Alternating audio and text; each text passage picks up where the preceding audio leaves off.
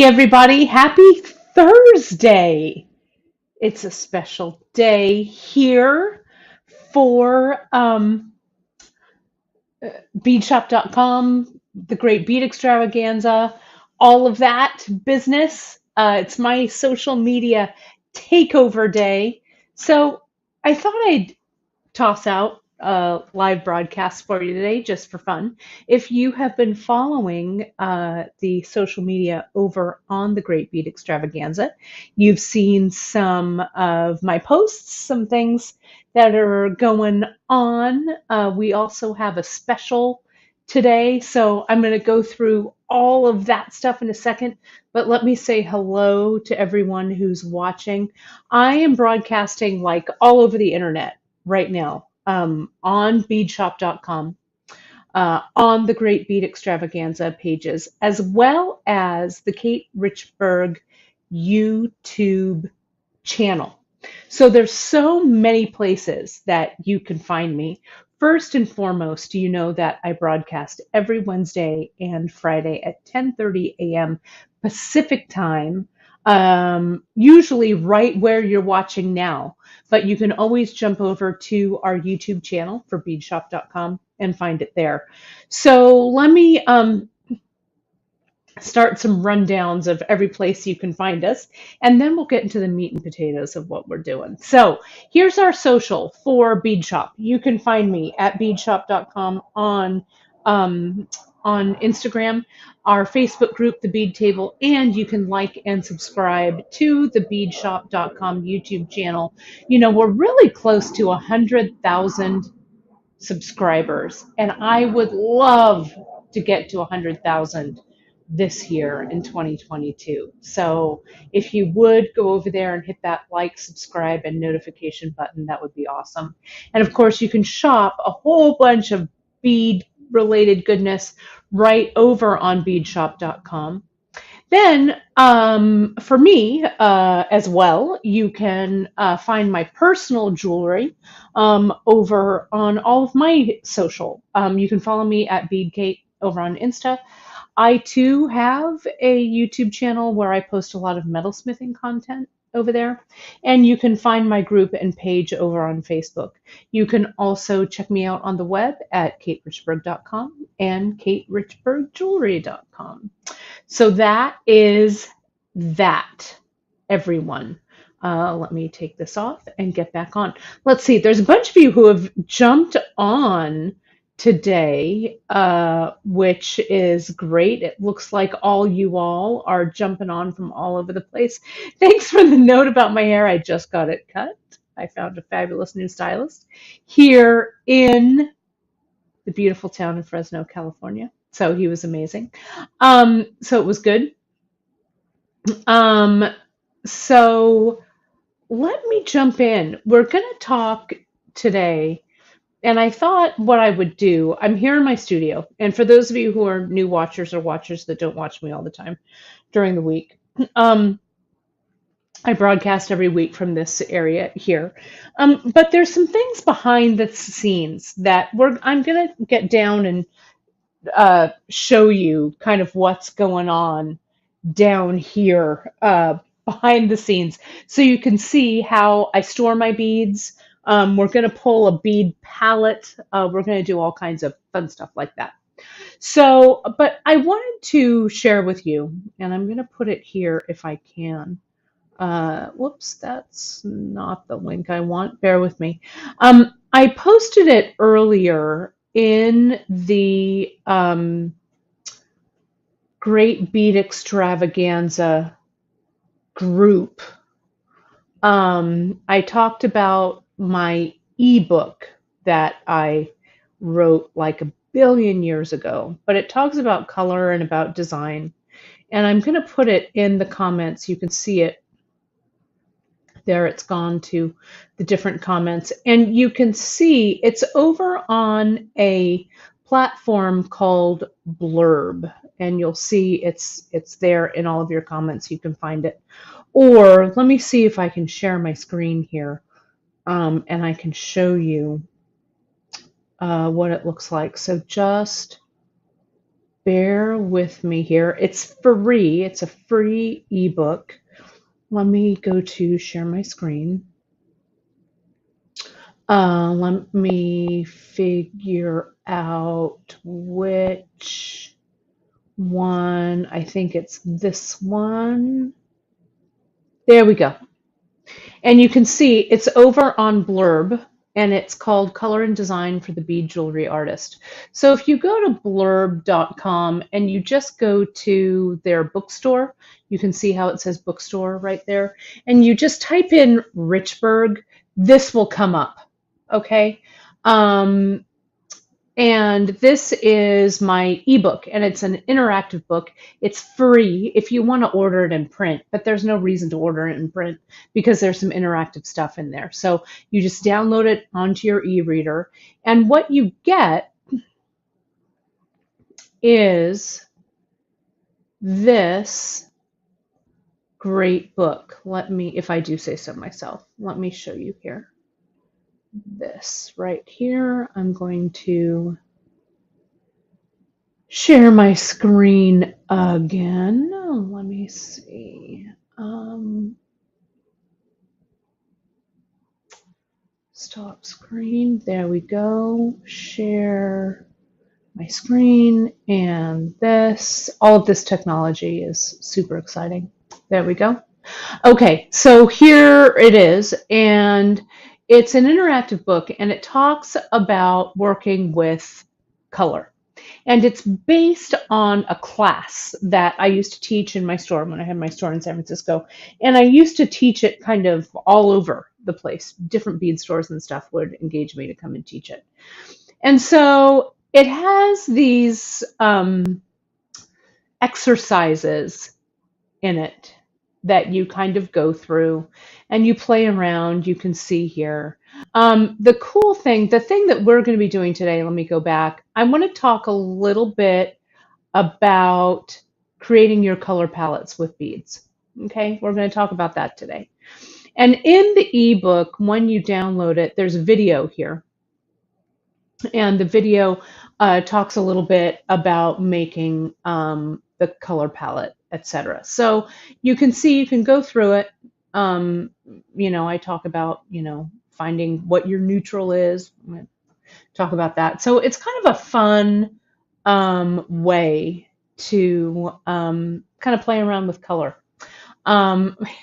It's fun. Those of you who have been in the class, whoops, sorry, let me stop sharing my screen. Stop sharing. There we go.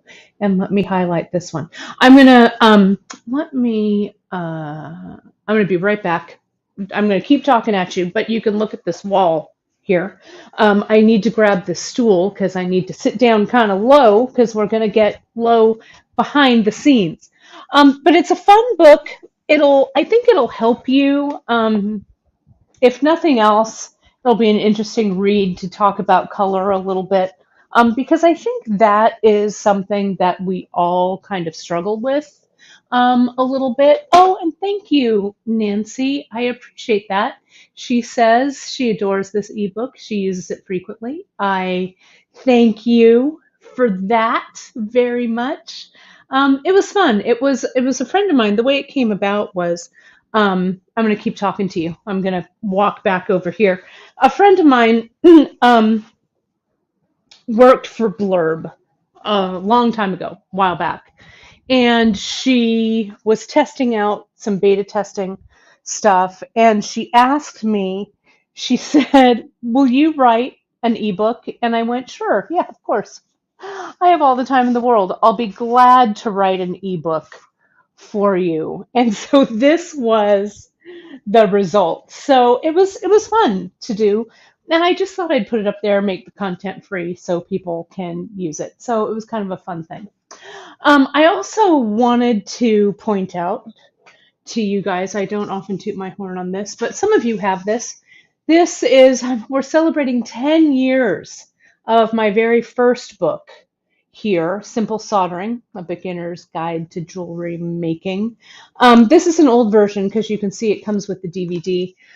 New technology, it no longer comes with a DVD, but you can always email me. If you go over to katerichberg.com, You can email me, tell me that you purchased the book, and I will send you the link to stream the content for the demo content that's on the DVD.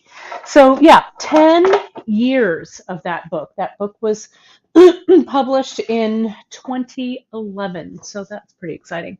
You can find links to both of my books over on katerichberg.com. You can also find them on, if you look up Richberg on Amazon, they'll come up.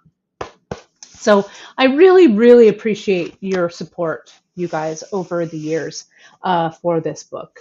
It was a real labor of love. And my second book, Metalsmithing Made Easy, is a great companion to this. So I really, really appreciate you guys and your support. So we're going to talk a little bit today about how I pull a color palette. Okay. And I went into my vast collection of books and I pulled one of my monographs here, one of my art books, this Matisse Dievenkorn book that I got from SF MoMA, the San Francisco Museum of Modern Art, when they had the Henri Matisse, Richard Dievenkorn exhibit. And I'm going to flip my camera around here, and we're going to take a look. We're going to look at some pictures. So if I don't know what I'm making, all right, and frequently, unless it's for like Beadshop, it's a project or whatever, right? And I don't know what the heck it is, you know. If it's for Beadshop, it's fast. I know what it is. It's a project, you know, I'll figure that out quickly. But if it's something that's more on a personal level, right? I'm making a necklace for me, or I'm making something for my jewelry line, or, you know, if I don't have an end game for it, I don't always know what the heck I'm going to do, right? So one of the things that I do is I will look at an art book like this one. Let me move this over so we're not seeing the edge of that. And, you know, it doesn't have to be a fancy art book from the museum store, right? You could go to like your library, you could look at magazines, you could do whatever you want, right? But I haven't cracked this Matisse Dievenkorn book open in a while. And the cool thing about this exhibit was a great one.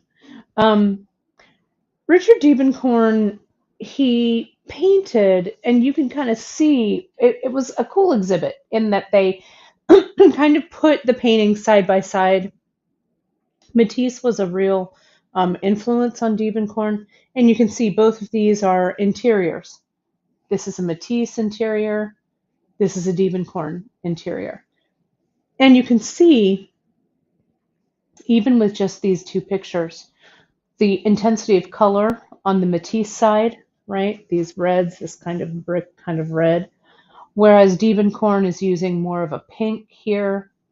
The blues are different, that kind of thing. This is a really cool palette. I'm going to mark this. Let me get some Post-it notes. I'm going to leave that up for you guys to look at for a second, or at least a piece of paper so I can bookmark these pages. And then we're going to pick one and we're going to pull a palette. I'm also going to grab another book. You've seen me talk about this book before. It's one of my favorites. I'm going to grab it off the shelf, bring it over. But this would be a good one to take a color palette from. So let me put a little piece of paper there. Let's see what else. Oh, these are both cool. I love this View from the Porch.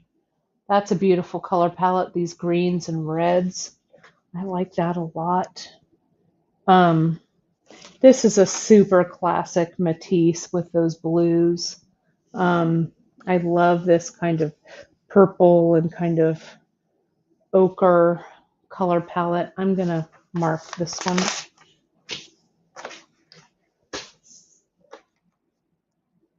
Um,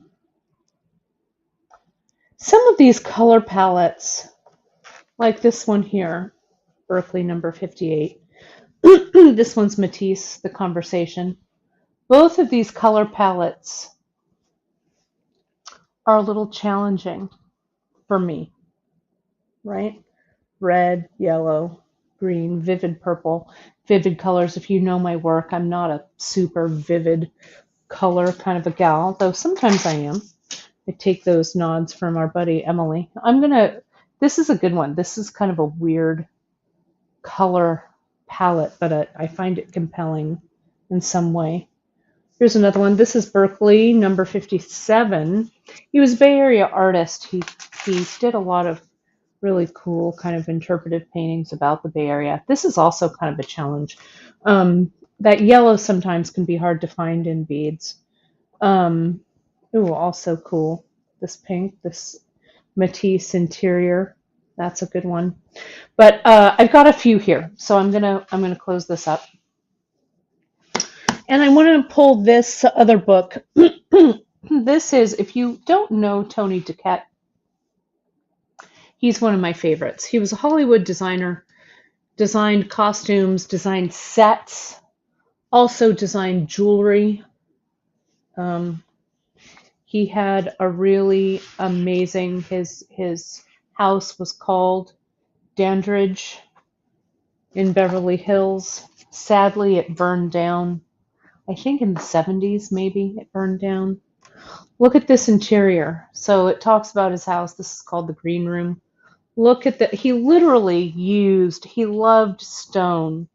Can you see this faux painting of, it's a little bit of a glare on here, but this faux malachite painting. Sometimes you can pick up these books used. I don't know if all of these are still in print, but I bet you could also look them up online. Look at that look at those crazy color palettes here. I have, I think, 3 or 4 books in this series. Oh, I love Ruth. Your sister-in-law did a coffee table book about him. I bet I have it. I mean, I have all the books about him. Look at this yellow, these yellows here. So this really tells you, look at that coral color. Isn't that beautiful with that kind of grass green? He really tells you not to be afraid of color and pattern. Look at this pattern here. I could hand this right over. Oh, is it on Amazon? That's great, Nancy. This is a great like motif here. I hand that right over to Emily. She could make a loomed piece. Look at this, all set, table, all set here. I just want to walk right into this.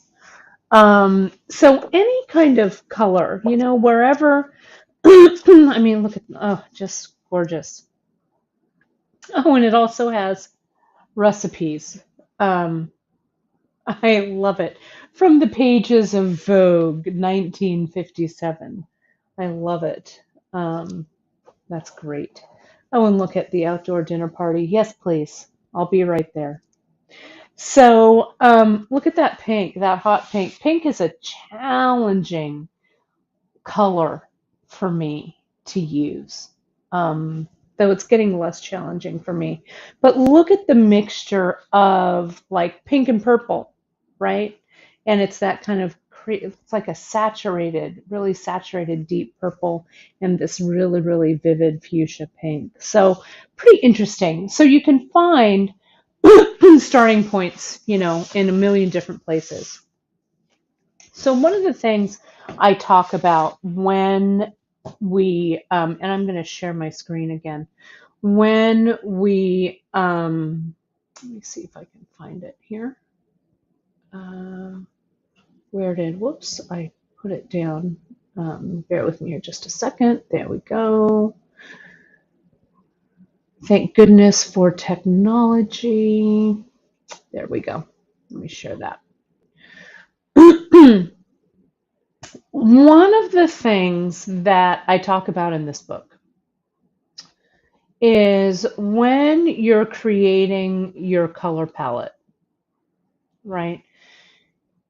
You can start like I did here with a photo, right? Or something, and start pulling out those colors that you like. So let's say, for instance, there was one, this one's kind of a challenging one right here. You can kind of see that there off in the corner. So this is Berkeley, number 57, painted in 1955 by Richard Diebenkorn, and it's held in the San Francisco Museum of Modern Art. Okay, so it's got some orange, it's got this ochre yellow, it's got this green, it's got some of that dark Montana blue. So when you're faced with a color palette that's kind of challenging, right? What I do first is I, if you read over here, a couple of things to remember when you're creating a color palette, and we're going to use these tips.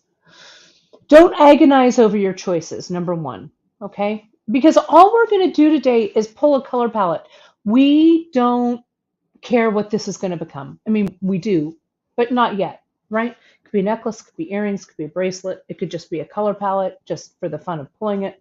Doesn't matter, okay? So, tips to remember when assembling your color palette. Don't agonize over your choices, right? Listen to your instincts. Many times, your first instinct, your first choice is the right one, right? And then you kind of go, oh, is that right? Is it not? Whatever. Don't second guess. Don't agonize over your choices. Now, you also, unless you're working under a deadline, like I do all the time, you don't have to commit to a design right now, right? The beads can go right back into your bead box if your palette isn't working, okay? It doesn't have to become anything. You can just palette for the sake of paletting as a color exercise. This is one that's really, really important, and I'm going to touch on it again. Work outside of your comfort zone. So, meaning, try using a color that is on your least favorite color list. In my world, it would probably be pink, though, again, kind of coming around to pink, right? How does that color affect the overall palette?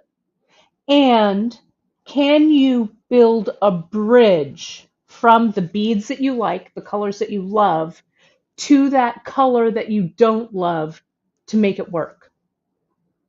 Okay?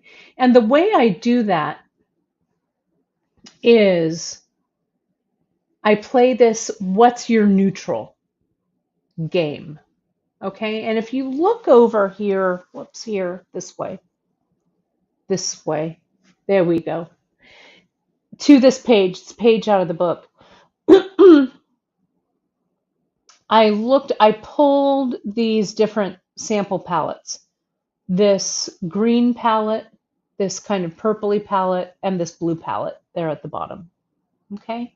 And then if you look towards the right of the screen, you'll see that at the top there's a bunch that's in red. Okay? And I added just the red palette itself. That's the one in the upper left-hand square there. Then if you go next to it, you can see I added green, took that away, added the blue, took that away, and added the purple. So the red is all of this, it's all the same. It's all the same bead.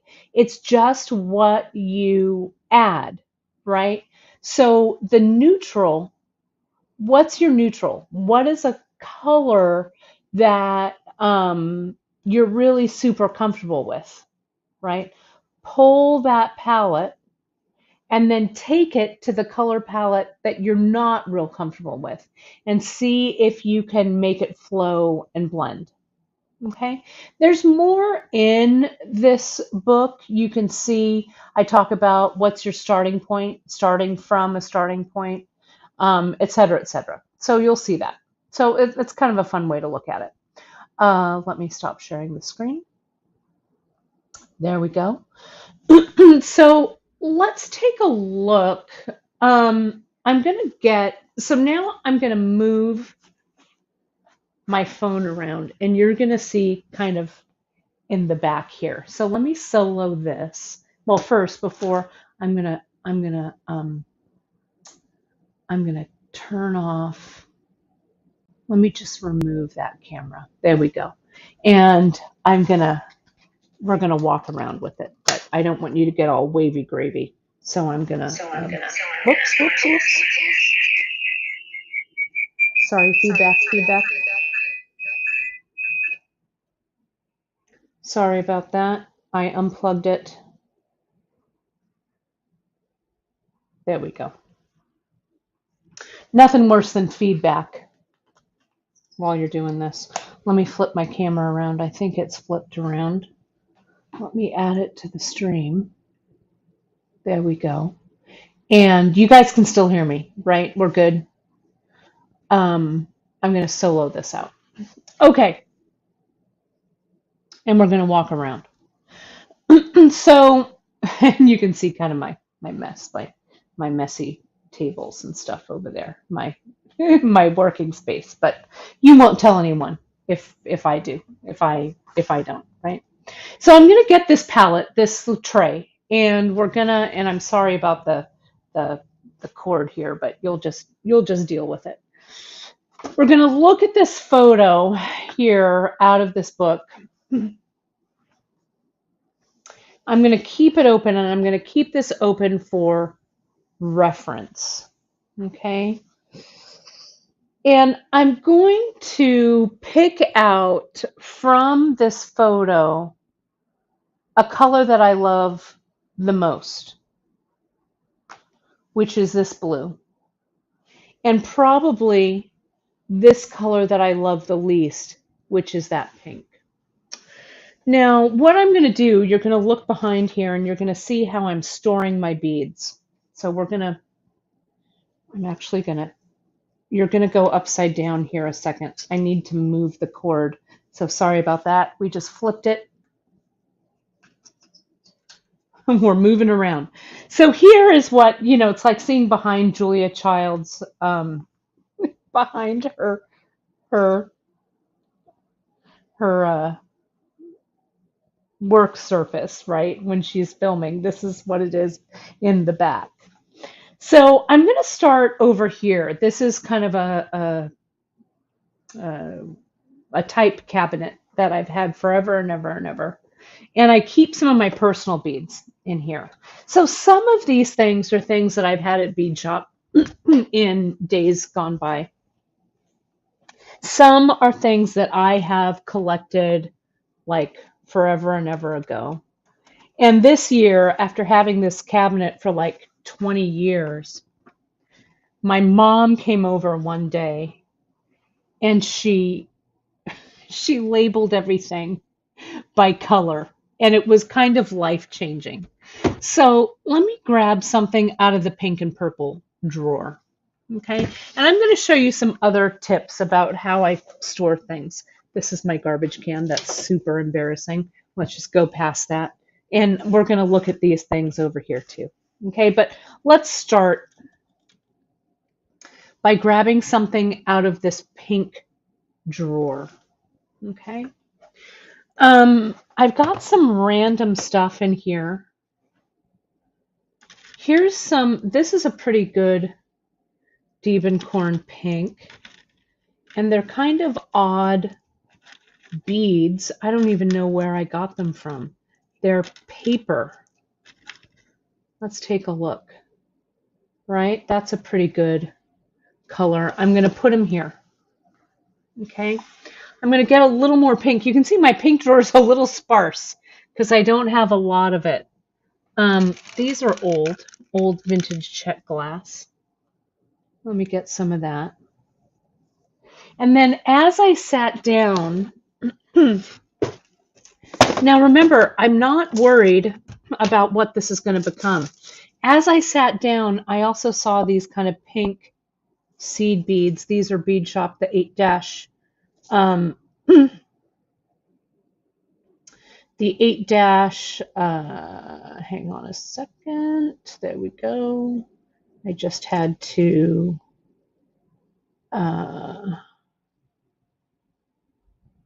get rid of that spam. Okay. This is a Beadshop bead, the 8 dash 642. Okay. Which I just love. I like this color. But this is a pretty good, like, pink palette here, right? And we're going to take it back to the Diebenkorn photo in a minute. But let's go to blue. And let's get some blue in here. Okay. Now, again, I have no idea what this is going to become. So I'm going to close up this drawer. Let me go to blue. Here's the blue drawer. Blue is a lot more full because I love the blue.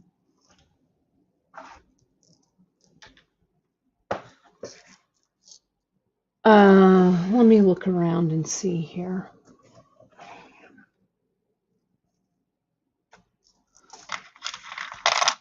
These are some crazy old vintage,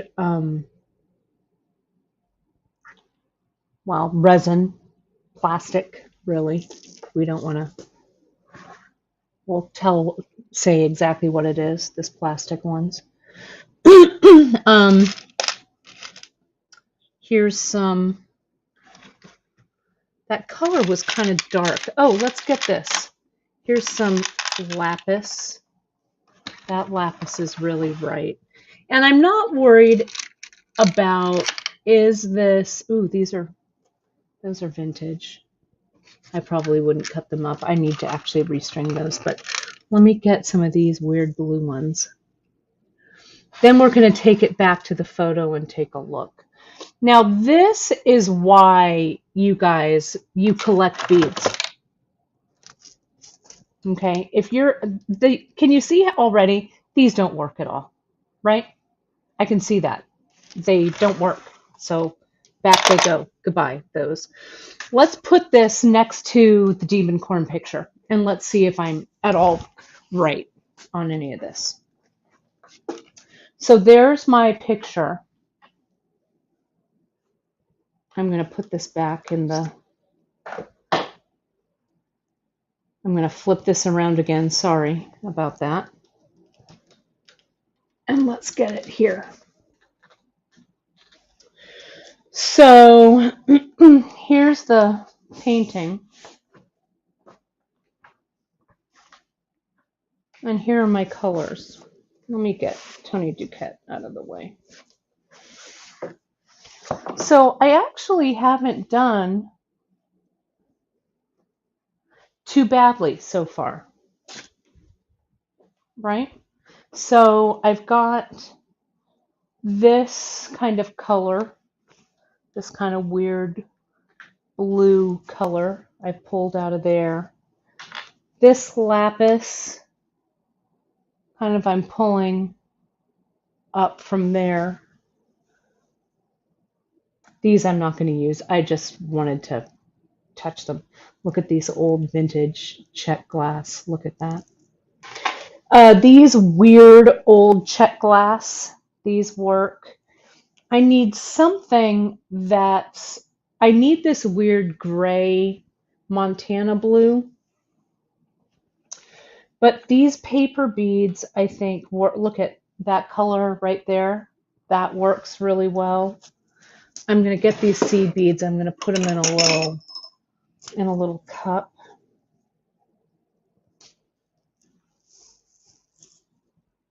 Right? That and that are really close.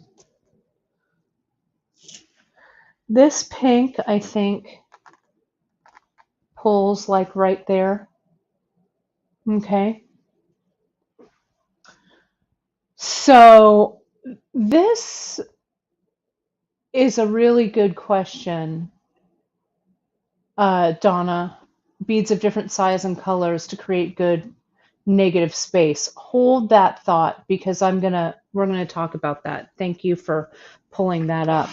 Now I think we need some like this yellow, right? Which I have. These are our Padre beads. You've seen me use them. I'm going to actually use them tomorrow on tomorrow's broadcast on Beadshop. We're going to finish our leather tassel piece. Look at that. Look at that yellow. I still want some blue. You kind of saw behind the scenes. I'm going to let me pull this drawer. Well, you can't really see it. But I have a drawer down here that I put random, oh yeah, there we go. I put random beads in. I'll show you behind the scenes again, but I don't want to move the camera quite yet. Oh, and I also have this one. This is an art glass bead. Kind of hard to see, but this would be a great starting point. What's your starting point?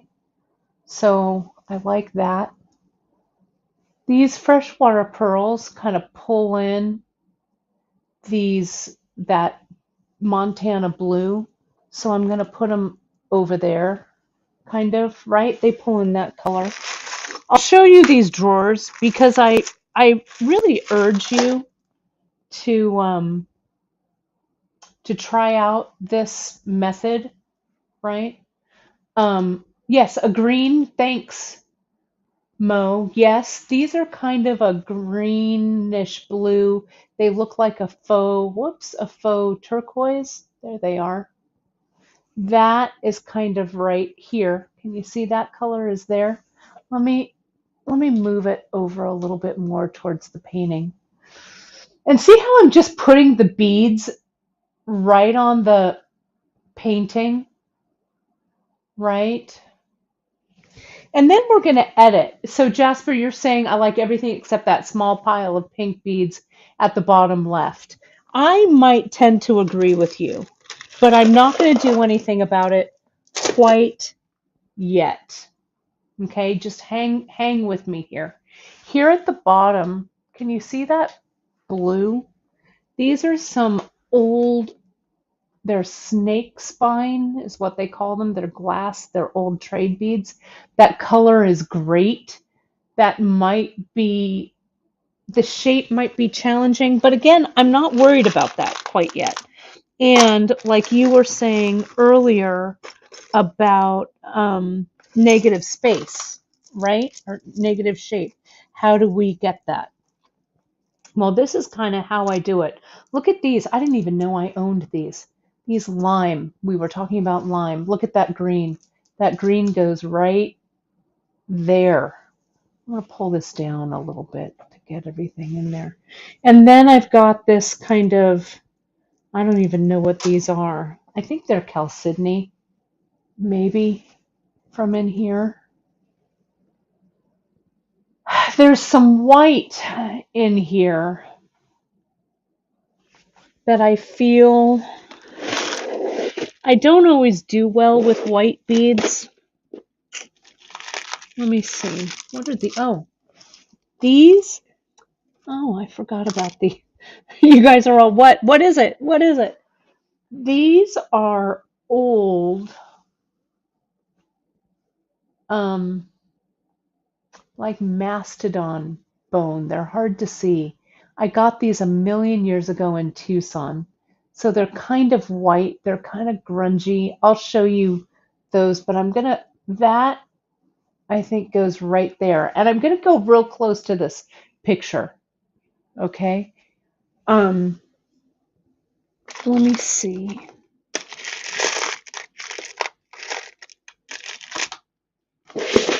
white. Um, this white drawer is just really filled with pearls. No surprise there. Let me go to this. I've got a drawer that's labeled neutral, tan, and brown. There we go. Thanks, Ma. These are maybe perfect. These are some cubes, right? Let's put that kind of where those go. Those might go about there. And again, I'm not worried about anything other than color right now. I'm not worrying about it. I'm just not. Those are good. Yeah, those dirty white trade beads, that's a good one. Yes, Tanya, how did I know that was you saying that? Do I have some here? I might. Ah, ha, ha. You know me and my bead collection so well. Here they are. These are old African trade beads with the dirt of many lands. Yes, Tanya, that is right. The nine, were we together when we bought these? The 9 million-year-old stegodon bone. We must have been together when we bought these, but that's exactly what those are. Here's that dirty white. I'm gonna put that there, right? Now this is a color palette, you guys, right? That I would never have just thought up on my own, right? Here's an old weird polymer clay bead that I made. I'm gonna put that there. Let's get this on its feet. Okay, and now let's see what's missing. So let me zoom this out a little bit here. And let's just say, let me put those, let me get some little, a couple of little dishes here. Let's just say that we're actually going to start putting this together. Okay, so this is what I do. I will so I'll find a starting point here, right? And this is a good place if you want to take a screenshot of this messy mess over here, on whatever device you're doing. This is a good time to screenshot this, okay? So now, let's say that maybe this is a necklace that has some kind of starting point. Okay, let me get a little closer so you can see what's happening here.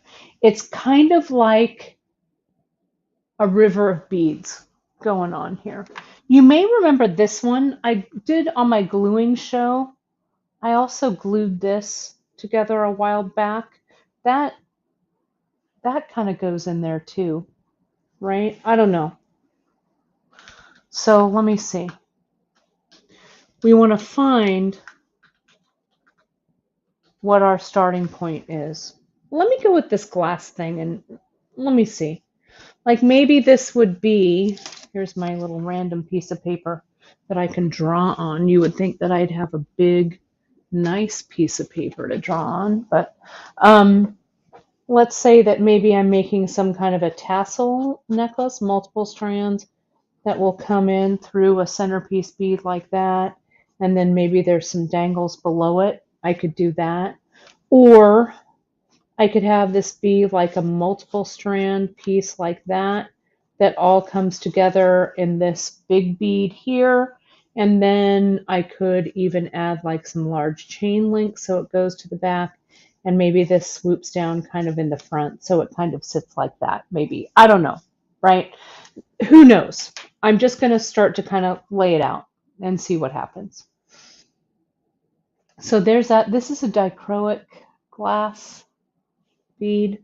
I don't know, from my art bead collection. These 90 million year old, 9 million year old. I'm going to cut those apart because together, I don't know why I was pearl knotting those, but I mean, why not knot them, right? I must have more of these somewhere. Maybe I use them in something else. Let me see if I can cut these apart without getting the knot stuck in them. When you go to Tucson, to the gem shows, at well, it's not called Electric Park anymore, but it's at the Kino Complex show. Whoops, I just dropped one of the bone beads and I'll find it, but it's not here right now, so we'll just have two of them. There's like some fossil beads or whatever. That's where we got these. Look how cool. They're pretty cool. They're pretty cool. Yeah, they get older and older. They're 5 bazillion years old. No, I think they're really a cool bead. So I could put those two. Maybe I could put this weird random polymer clay bead with it. I don't know. I try not to be a snob with my materials when I'm designing, right? So I'll mix like semi-precious um, and glass and plastic or whatever. I try not to. Yeah, 9 million. Yeah, you remember. Yeah, Tanya, we were together, I think, when we got these. You must have gotten some too. Um, I wish I had my third one, but it's dropped somewhere on the floor. And the carpet I have here is exactly this color, so that's what it is. These pearls. Let's put those pearls. So let's say that maybe these are coming out. Maybe I want this to go down on this side. Maybe I would graduate it like this. Maybe this side is a monochromatic color palette, right? On this side. Color blocking, I do a lot of color blocking in my work if I don't quite know what I'm doing.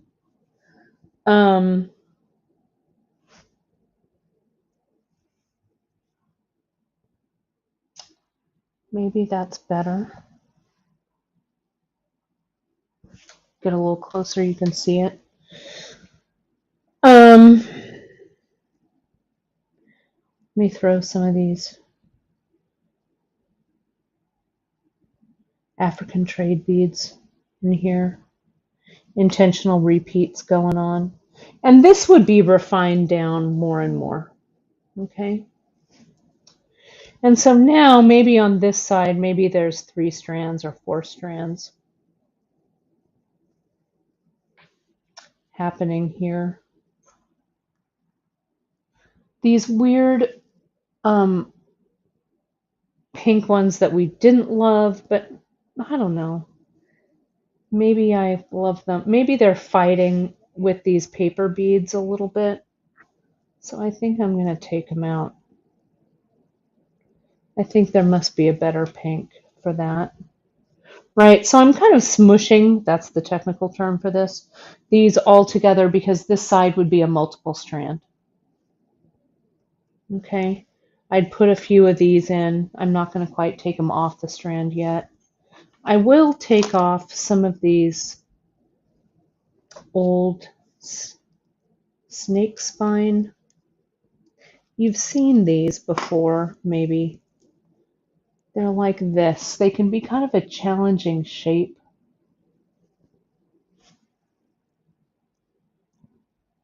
Yeah, I don't think that pink worked with that peach. And you don't have to be literal about it, right? I think this is better. I think this works better to my eye. We'll use some of these. I am going to take some of these off the string because I'm going to use them tomorrow. There's that yellow, that ochre. Look at that. I'm going to get close. Let me get closer so you can see what's happening. I think I need a little bit of that um, that neutral color to go, to turn the corner with it. These, I don't even, these are glass, some random glass business I have here. So I'm speaking to you now as a bead collector and not as the proprietor of a bead shop, right? You need to really keep your eyes open all the time for stuff that you love, right? Beadshop.com doesn't have every bead you need, right? We have some beads you need, of course. But when you see, and what reminds me is this strand, I couldn't tell you where I got it, but look at that color. Isn't that bizarre? That color, kind of that periwinkle. It really works. Yeah, we need some cobalt. I agree. I'm going to throw that. I'm going to cut open these lapis and I'm going to throw some in. Um, just keep adding to your bead collection. That's how I think really successful designers do it, right? Is that you have a palette to choose from. So my next step, so this, you can see how I glued this sucker, right? So I could string, what I might do actually is turn it this way. Have some strands come up from here, a single strand come up from here, and maybe I just use a textile here, right? Like maybe, I don't know, leather or something, but this will be revealed. Or maybe like just a few strands of something coming down, or maybe Irish wax linen. I don't know. I'm going to put all those over here. Let me get these beads out of the way, and let's take a look at the palette with the picture next to it. Now, all of these beads can be returned to their original form. I think I'm going to take this chrysoprase out too. I don't know. It's okay, but there's something about it. I feel like this is fighting. I don't know. It's not working for me there. But these are working for me. I'm going to add a few more. They're working for me so much. Let me get this out of the way. So there's that palette. Now you're ready for another screenshot. Right there. And this, if I change the centerpiece, I think it still works, right? It still works.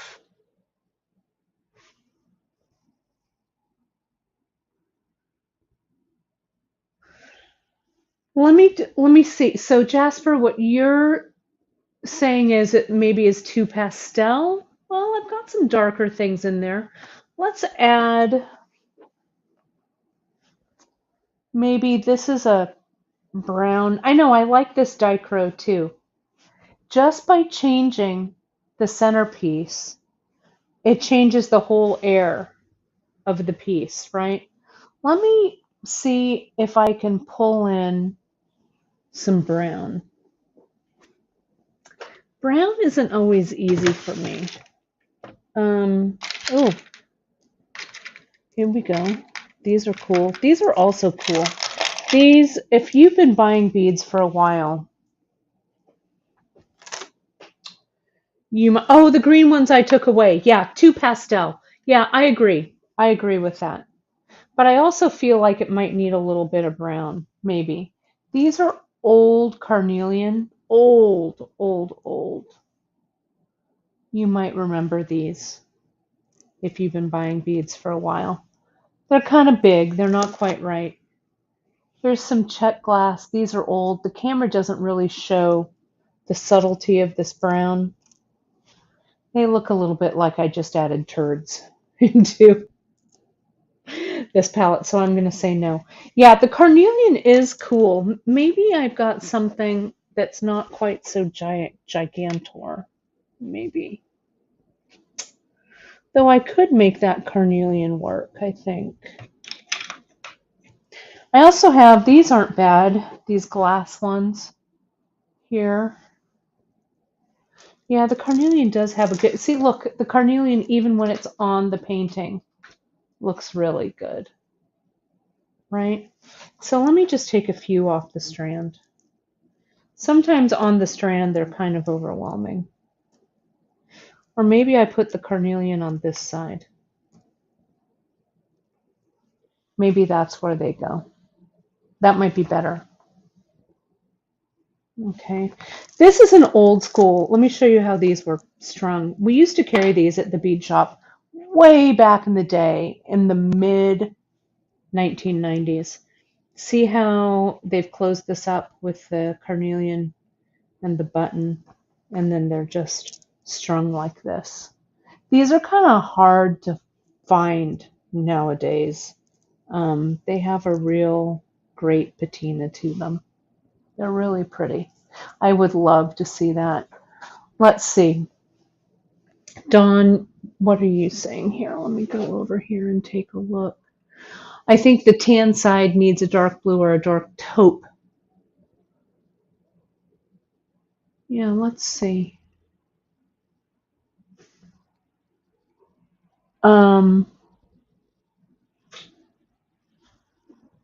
Yeah, I want a color that I don't have. I want a what a surprise. I want a Montana.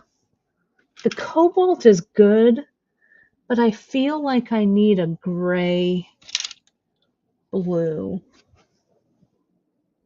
Like, here's a weird random plastic bead that's kind of that gray blue. Maybe a little more blue over there. Let's see if I have anything else that's kind of that color. They don't all have to match. Oh, that's a cabochon, not a bead. That won't work. Montana blue is one of my favorite colors too. Oh, look at this beauty. I think this is also plastic, but it's a melon bead, right? Yeah, I think we need more yellow too. Maybe more yellow and larger. I agree. Let's see what I've got. I mean, that's a large one. Let's see. I mean, we could play this game all day. Do I have a drawer that says yellow? I don't know that I have a lot of yellow. I've got a drawer that says orange and red. I've got a few. I'm going to check them against the painting. I got a few of these yellow jade beads.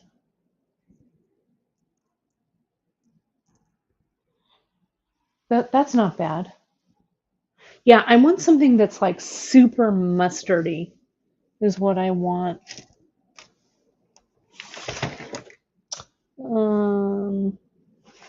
I'm looking in my mixed colors drawers here.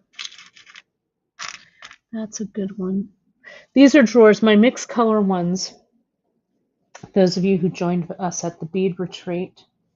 Look at, there's one kind of weird lime one. Those of you who joined us at the bead retreat know that I bring kind of these random drawers that we kind of play around with.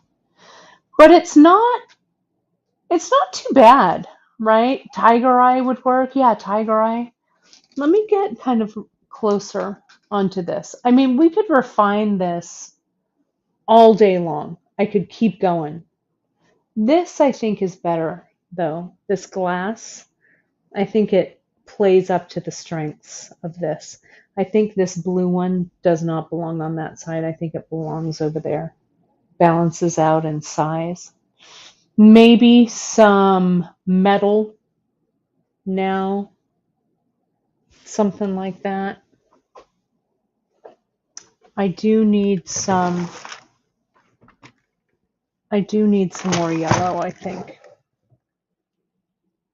Let me just look a couple of more drawers. I'm going to show you guys, I'm going to walk the camera around. Okay. Do I consider sizes when I edit? So let's talk about that, and then we'll take a walk. So I do consider size. So do I have a necklace here that's okay? Let's take a oh, and this has the beads that I want in it. You guys might remember this kit. But let's take a look at this finished necklace for a second. Bear with me here. So when I make a kit, let me move this over. Okay. Let's look at this.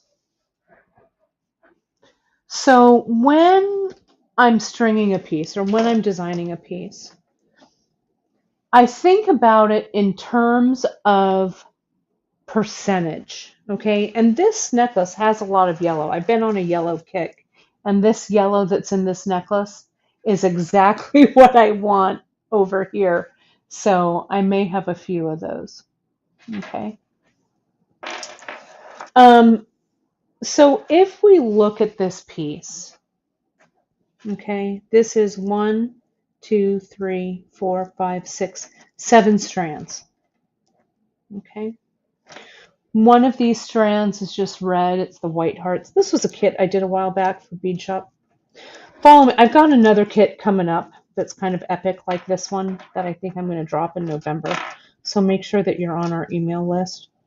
But see how this just single strand like this? I mean, that's all it is. It's just strung with the Irish wax linen and then knotted. There's nothing super fancy about this. Same thing with this metal. I've got a couple of strands here that are just metal, right? And then here,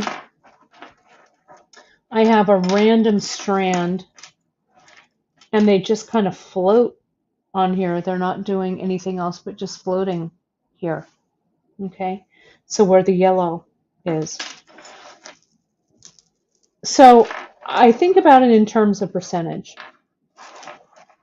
So maybe 10, 15% of this necklace are larger beads. These guys here, let me get a little closer. These guys here, this one, this, I'll call these guys large, okay? Then maybe if that's 50, I need to keep notes because if it's numbers, I'm going to be all, I don't know. But let's just say, or maybe like 20%, okay? Let's make it easy. Are these guys here. Then maybe 30% are kind of like medium beads, right? Like these here, right? These guys here. A few that are mixed in, maybe I'd call these saucers medium, right? So that's half the necklace are the big and the big jumbo focals and the medium-sized beads. Then maybe I have 25% of what I call filler, like this. Kind of beads that are kind of interesting, that are not tiny, tiny, but not medium-sized beads either. Okay? And then the other 25% are maybe like a small bead like that, like a spacer or a seed bead or something small. Okay? This isn't a hard and fast rule, right? That percentage doesn't really translate over here. But you can kind of look at this and go, all right, big beads. I want this to be about 25% big beads. And then maybe 50% medium-sized beads.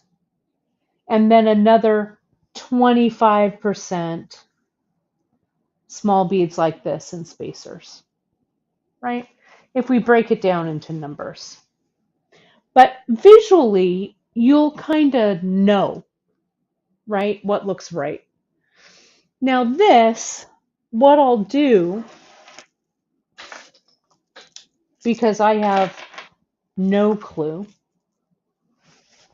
what's going to happen here with this business, I'll do what I call let it simmer. Okay. I'm going to cut these up because visually this line is making me crazy. So let's just cut it. Let's free the beads. Okay. There we go. That's better, right? You can really see that palette.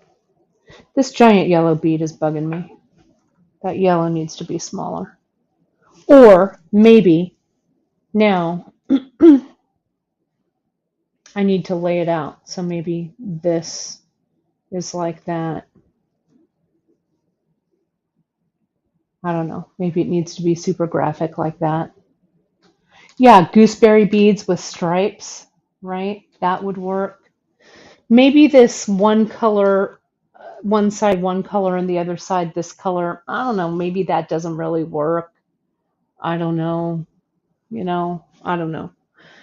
But now I would just let it kind of sit here. And then maybe in a couple of days, I'll come back to it. Add or take away. This blue bead over there is bugging me. I'm putting it over there. And I don't know. I feel like that's cleaner to me. Without, yeah, some wood would be good.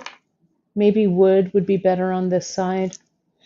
I feel like this carnelian, I love the color, but I feel like it's saying something else. It's not saying this necklace to me. So don't be afraid to edit. Don't be afraid to take it out, right?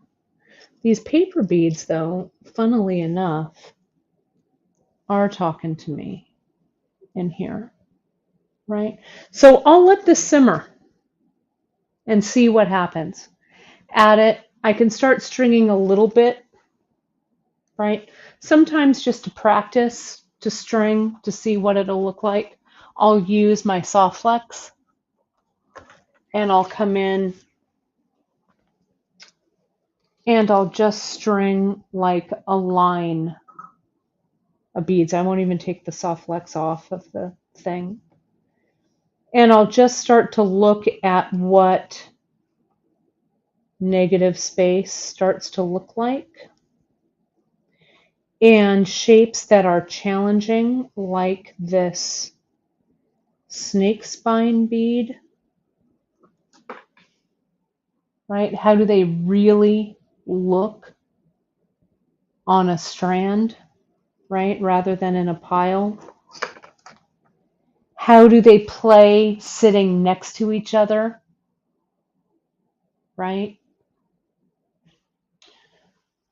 So let it, and this is the hump. So Donna, this is a really great observation.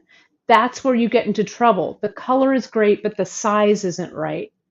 Sometimes you have to push through. This is also where I start to break down, honestly, right? Just string it. Just push through and see what it looks like, right? So maybe let's say that I was going to do 3 strands. I'm going to cut 3 strands of soft flex here. And then I promise we're going to look in these drawers just real quick. I've got 3 strands, okay? And maybe I'll get some tape. Do I have some tape? I've got some painter's tape up here. And I'm going to tape these all together. Grab that tape. And read the ebook, okay? Because this will help you. I'm going to tape all this together. And I don't even know what's going to happen down here, right? I still don't know what this necklace looks like. I have no idea, right? So what Jasper is saying, it's just like the painting. The painting has balance using color and shape. Same goes for the necklace. Exactly right, right?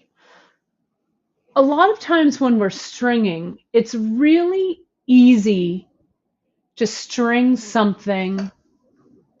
This isn't as complicated, right? It's really easy to string something that's symmetrical, right? You have a bead, some whatever it is, in this case macrame, another bead macrame, another bead macrame, right? There's no randomness to this piece at all, right? The mandala, this piece that Allie did, this mandala is stitched, the colors are all laid out, right? This is all laid out, right? There's no randomness. When you start to string in a random pattern, it can get challenging because I start to go, oh, wait, what bead? I start to agonize over what bead goes next. So if you challenge yourself to hardly even look at what you're stringing, okay, so I've strung a little bit there. Now I'm going to put that down. I'm going to pick this one up.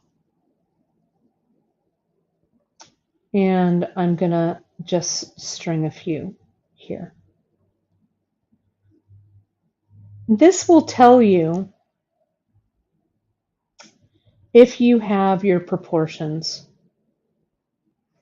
right. And remember, you guys, they're only beads. It's no big deal, right? You can refine. Let me put one of these big ones here. You can refine and refine and refine. No one says that the bead has to be exactly right out of the gate. Let me do this. Let me put a couple on here, and then let's just look and see what this little section looks like. And if you want to do something that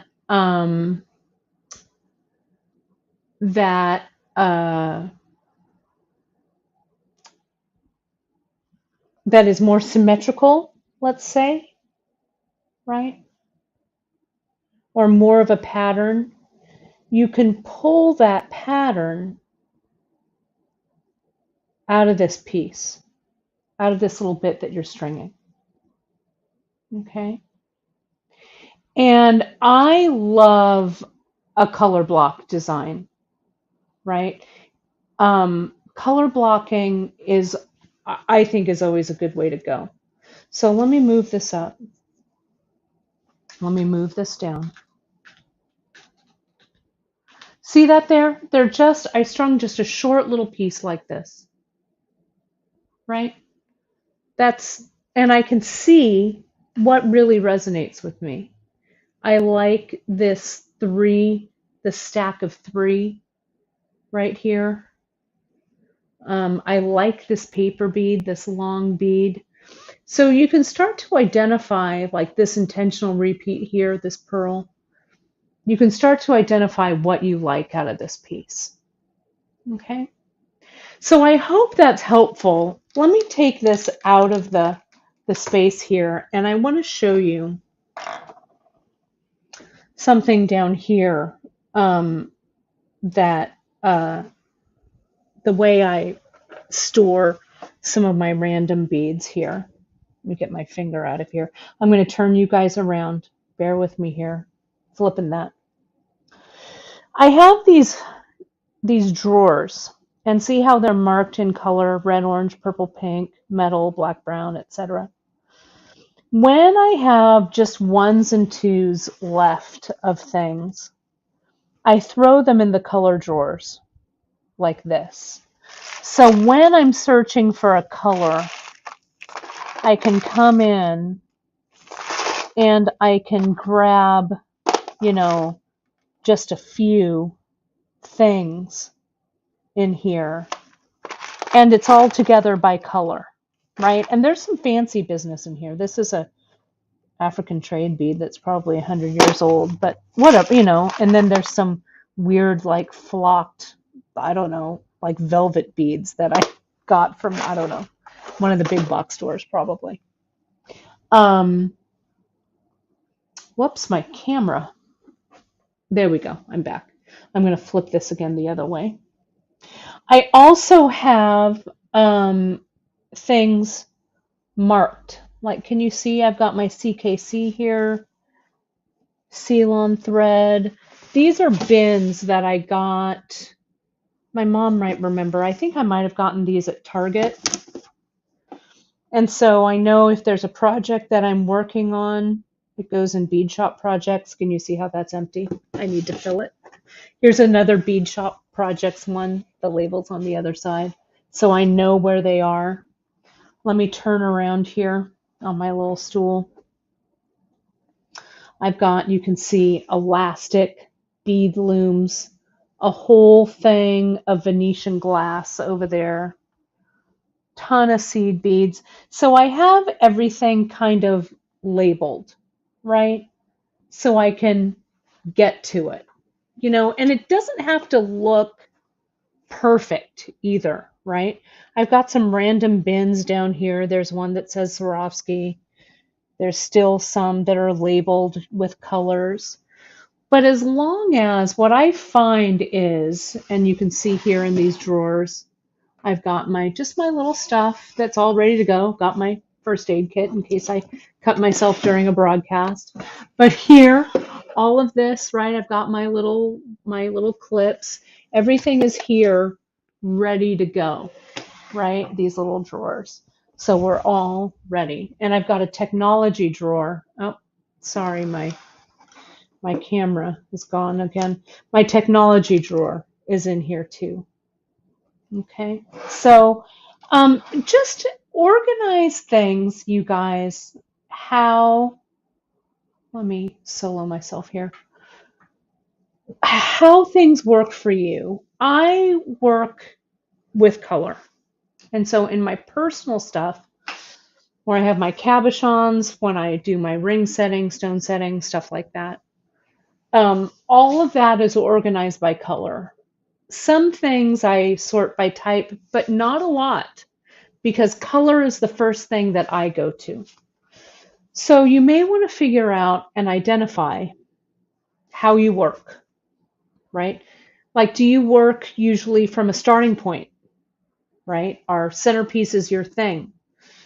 Gather all those centerpieces together so they're in one place. And maybe that's the first thing that you go to is a centerpiece, right? Are seed beads your thing? Do you start with like the background beads, like the tiny beads, stuff like that, right? Put all those together, sort those beads by color, and then start from there. So whatever your starting point is, right? So the takeaway from today is go check out that. I'm going to put that link here again. That ebook that I did. I think it'll help you with that. And don't be afraid to play around with the beads. Okay? Palette, put them out, put them away, look at photos. We all have kind of an innate sense of design. Okay? So honor that. Let me tell you, if you're still And thank you. It's a lot of you watching. Thank you guys so much for sticking with me. Today on Beadshop, it is our takeover day here on the Great Bead Extravaganza. So on beadshop.com, you can shop today. You can add to your bead stash by taking 20% off store-wide. You use coupon code TAKEOVER20 at checkout. It ends tonight at midnight Pacific time. Okay, so take note of that. Also, do go over our Fall Fest. All of this is about the Great Bead Extravaganza and our Fall Fest, which is coming up. Mark your calendars, you guys. We do a preview on Friday, October 21st, which is also the day my bead shop kits drop. Some participants have already dropped their kits. They're out there. They're in the post on the Great Bead Extravaganza page. We're dropping ours that Friday, October 21st. I have 2 amazing kits that I think you guys are going to love. But we do a preview party starting at 5 p.m. Pacific, 8 p.m. Eastern. And then all day Saturday and all day Sunday, all of us do live broadcast after live broadcast after live broadcast. And it's really, really fun, right? So mark your calendars for that Saturday and Sunday. We bring that virtual bead show right to you. So don't forget to use that coupon code today. Today is Thursday, September 29th. You can use it until midnight, Takeover 20.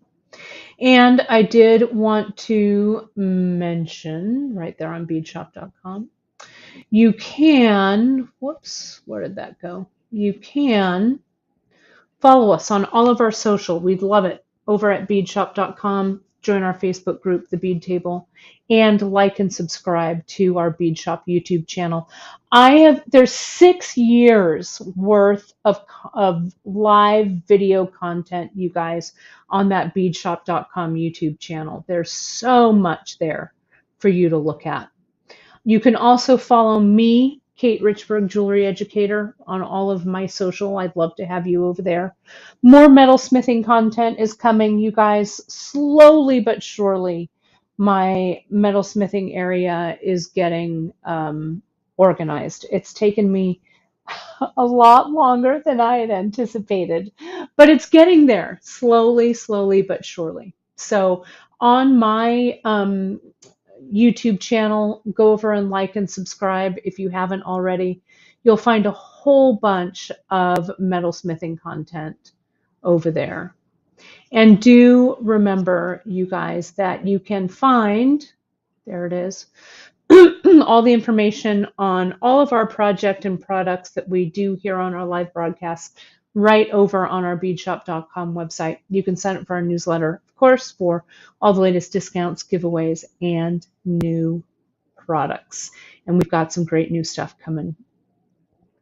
So good. I'm so glad you guys joined me for this. And we really appreciate you liking and sharing. You know, the social media algorithm is a challenge at best. So the more that you engage with us, the more you hit that like, the more you hit that follow, it allows us to continue to do what we love to do, which is giving you all of this great free content so that you can be creative as well. So don't forget, you guys, to mark your calendars for that upcoming Fall Fest.